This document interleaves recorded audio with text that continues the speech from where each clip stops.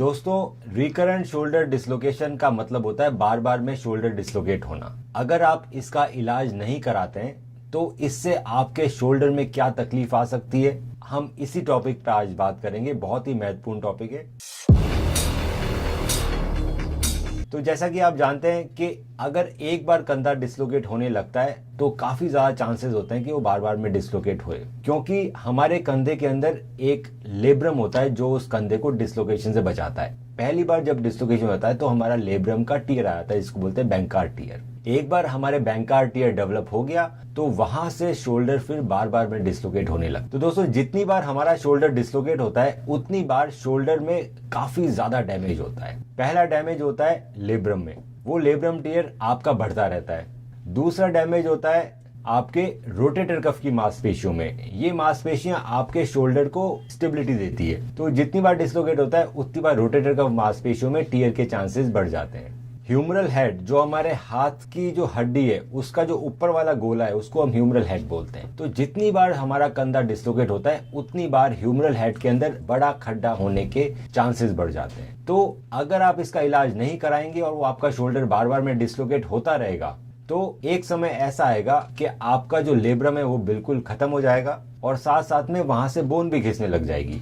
इस स्टेज में अगर कोई मेरे पास पेशेंट आता है तो हम उसका दूरबीन से इलाज नहीं कर पाते हैं, छोटी सर्जरी से। तब उसके अंदर बड़ी सर्जरी करनी पड़ती है, जिसको बोलते हैं लेटार्जे प्रोसीजर।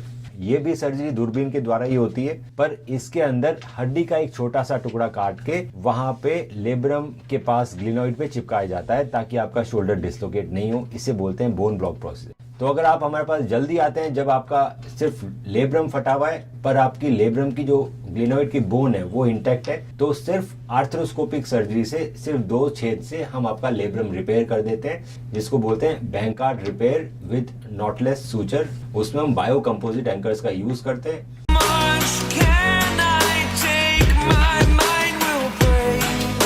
हेलो, मेरा नाम विवेक है। मैं हरियाणा से करनाल डिस्ट्रिक्ट से बिलोंग करता हूँ और मैं एक बॉक्सर हूँ।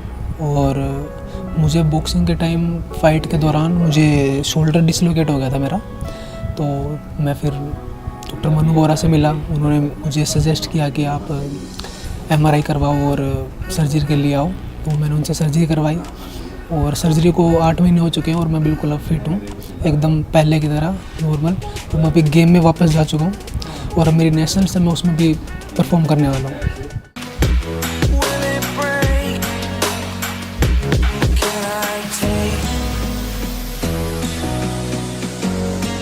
Can I be your superhero?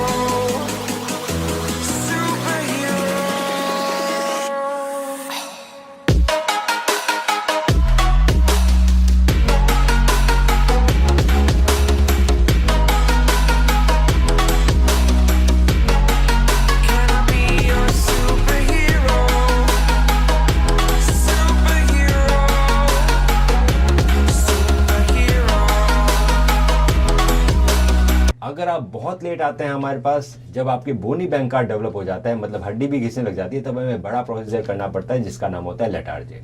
इसी तरह से अगर आपके ह्यूमरल हेड में बड़ा खड्डा हो गया, जैसे कि मैंने बताया, तो उसमें भी एक रैम्प्लिसाज करके प्रोसीजर होता है, वो करना पड़ता है जिसमें हमें उसमें मांसपेशी बढ़नी पड़ती है। अगर बार बार में डिसलोकेट होने की वजह से आपका रोटेटर कफ टियर हो रहा है तो हमें उसको भी ठीक करना। तो अब जितना लेट करोगे उतना डैमेज आपके शोल्डर में बढ़ता जाएगा, उतनी ज्यादा और उतनी बड़ी सर्जरीज आपको करवानी पड़ेगी अपने शोल्डर को ठीक करने में। इसके अलावा जिन लोगों का बहुत बार कंधा उतर गया उनका कंधे का कार्टिलेज भी खराब होने लगता है। तो एक बार अगर आपके कंधे का कार्टिलेज खराब हो गया तो उसमें आर्थराइटिस डेवलप हो जाता है, फिर कंधे में परमानेंट पेन डेवलप हो जाता है। तो दोस्तों, मेरा यही मैसेज रहता है इस वीडियो के अंदर कि अगर आपका शोल्डर डिसलोकेट हो रहा है और बार बार में हो रहा है, बहुत ज्यादा वेट मत कीजिए, वो अपने आप बिल्कुल नहीं ठीक होने वाला। जितना आप वेट करेंगे उतनी आपकी एक्टिविटी रेस्ट्रिक्ट होती जाएगी, उतना आप गेम नहीं खेल पाएंगे, उतनी आप एक्टिविटीज नहीं कर पाएंगे। आपको हमेशा डर लगता रहेगा कि आपका शोल्डर डिसलोकेट हो रहा है और साथ साथ में हमारा शोल्डर खराब भी होता है। दोस्तों, अगर आपको हमारे ये वीडियो पसंद आते हैं तो इन्हें जरूर लाइक कीजिए और सब्सक्राइब कीजिए ताकि आपको नए नए वीडियोस का नोटिफिकेशन मिलता रहे।